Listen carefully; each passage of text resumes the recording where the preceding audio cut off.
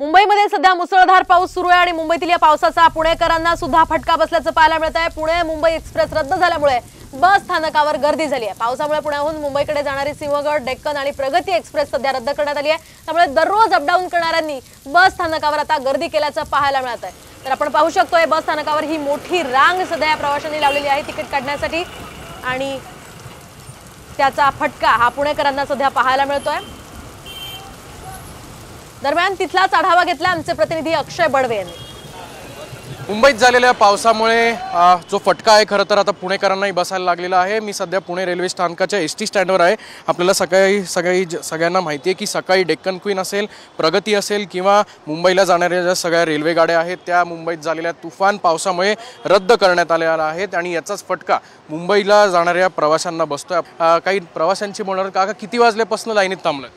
1 तास झाला। ट्रेननी जाता आज बसनी जाताय? नेहमी ट्रेननी जातो पण आता ट्रेन कॅन्सल झाल्यामुळे बसने जावं लागतं। किती वेळापासून तुम्ही थांबलाय? 1 तास झालाय आणि I usually get this Shivneri only. पण जर बघितलं तर सकाळपासूनच या स्थानकावर मोठी गर्दी आपल्याला पाहायला मिळते आणि एसटी प्रशासनाकडनं सुद्धा जादा गाड्या सोडण्याचा प्रयत्न जो आहे तो देखील आता करण्यात आलेला आहे जेणेकरून मुंबईला जाणाऱ्या नागरिकांना कुठलाही त्रास होऊ नये। कॅमेरामन सुमित भोसलेसह अक्षय बडवे, साम टीव्ही न्यूज, पुणे।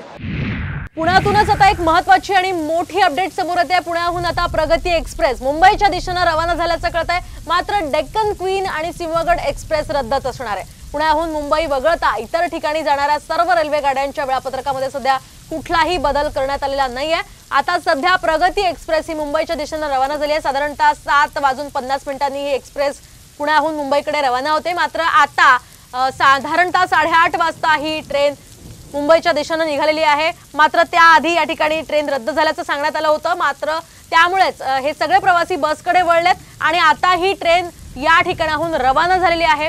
त्यामुळे तरी सुद्धा प्रवासी